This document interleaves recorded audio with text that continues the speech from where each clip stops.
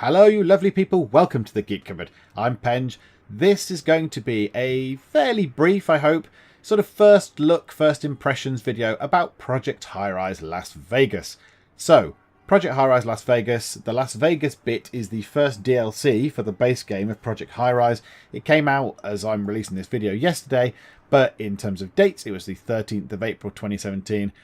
And I've been playing it for maybe a couple of hours. Nothing too excessive. I've not really unlocked everything. I've only unlocked sort of half of the hotel stuff. But it's enough for me to just get an overall impression. And I'm doing a let's play of this anyway. So that will allow me to sort of look more deeper in when I build up the hotel and get all the casinos and stuff in. So this is just really a very sort of initial look after maybe a couple of hours play. Just to see what I think of it.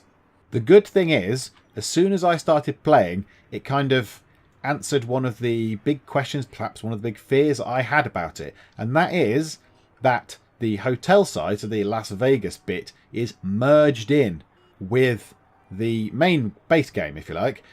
I had a concern that it would be main base game, which is where you build your offices and your apartments, is, yeah, that's it. That's Project Highrise. If you want to play the Las Vegas bit, yeah, that's great, but that's hotels.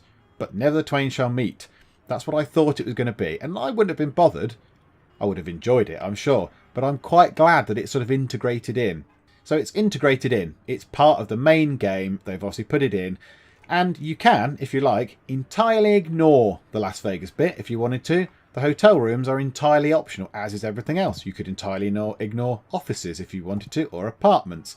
You don't have to have all of them in. So, yeah, that's what I was worried about. I was worried that it was going to be exclusive. So it was going to say, right, you're playing the Las Vegas bit, you have to build hotels and casinos.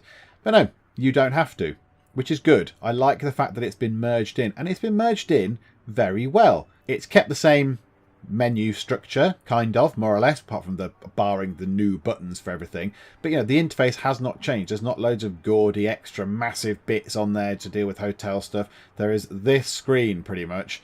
That's it. That's all there is to help you deal with the hotel stuff. And it's nice and simple. And I like that. I like the fact that it's all merged in and it seems flawless. If this was released at the actual launch of the game itself, or if this is the first time you've played it, and you see all the hotel rooms and whatever, you'll just go, yeah, that's the game. So that's how kind of clever it is. It's not sort of jarring. It's not really obvious that this has been tacked on afterwards. It's very, very well integrated into sort of the base game. Visually, I think it's fine. I like the aesthetics of, the sort of visual aesthetics of Project Highrise. I think it's really charming. I like the fact that it's all fairly simple. There's nothing over the top. I mean, yeah, okay, the rooms are a bit generic and formulaic, and the restaurants and the shops and everything is generic. But that's fine. You don't need to be able to, like, look down here. I don't need to be able to zoom in and see, you know, the colours of the hairs on his chin. Or whatever the colours of the hairs on her chin. I don't know. Whatever. I don't need to be able to zoom in and see that detail. I need to know there's two people in that room and they're actually not doing anything right now. That's it.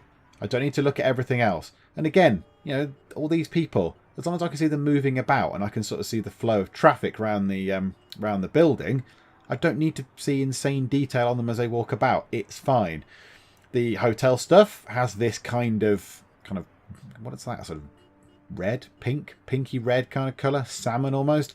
This sort of salmon colour to help distinguish it. So the hotel stuff is this colour. The apartments were a sort of orangey colour. And I think were the offices a particular colour?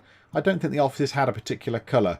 So I think they were just sort of grey with patterns and whatever in them and desks and stuff. So you could tell. So you can tell if you're zoomed all the way out, and obviously I've not got much of a tower to zoom out on, so you can zoom out further. You can tell that that's your bit there of hotel. This sort of pink bit is hotel stuff. And the services kind of match as well, and that's good. Regarding the actual game mechanics behind the hotel stuff, yeah, I like it. It actually seems to work very well. So, you know, you can put your hotel check-in bit in, and then you've got a posh one as well. You have your room sizes, which are fine, starting from your single rooms all the way up to your massive hotel suite, which is good. And then they could have left it there. Because it doesn't have to be in Vegas, does it? It didn't have to be in Vegas. They could have said, right, a hotel needs rooms, different size rooms. You need housekeeping, you need room service, you need laundry, blah, blah, blah, all that kind of stuff.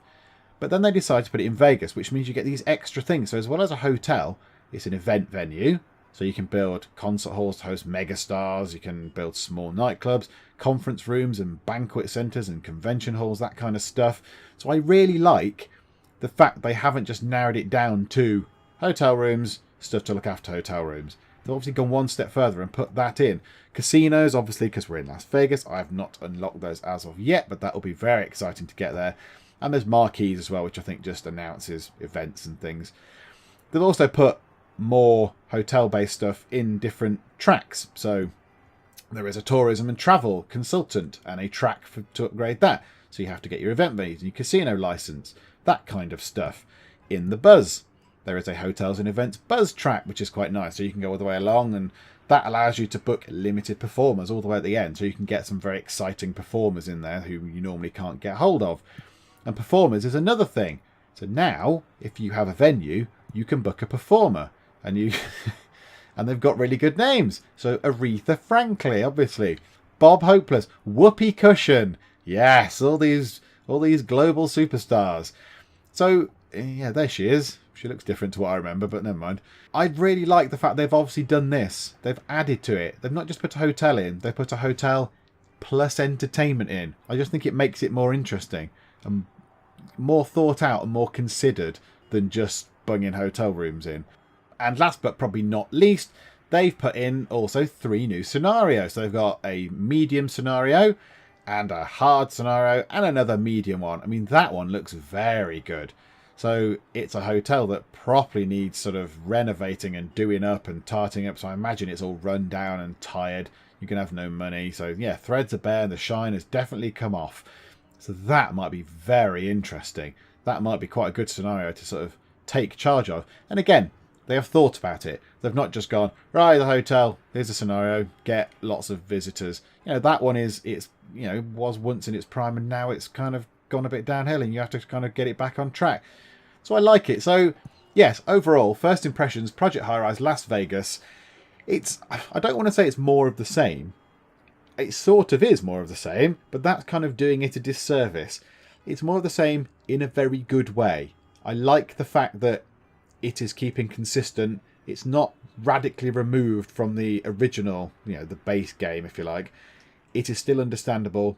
It's still playable. You can still pick it up and play it. If you don't want to do the hotel stuff, you don't have to. That's fine. If you just want to solely do the hotel stuff, again, that's great. Rock on for your boots.